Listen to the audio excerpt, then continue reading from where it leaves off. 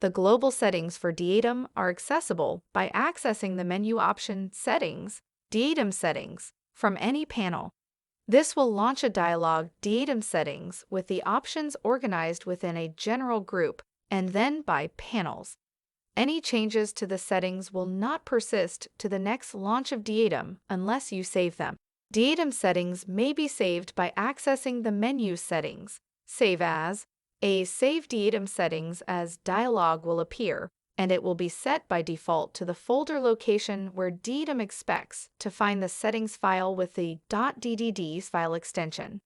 The default DIAdem settings file is named desktop.ddd. Any alternative settings you wish to save should be saved in this folder under a different file name. Loading a .ddd settings file after DIAdem has been loaded will cause DIAdem to restart. You may also launch DIAdem with a particular settings.ddd file by specifying a startup script in the DIAdem settings dialog under General, Start Script, and saving those settings to a unique settings.ddd file. You can cause DIAdem to automatically launch a custom script.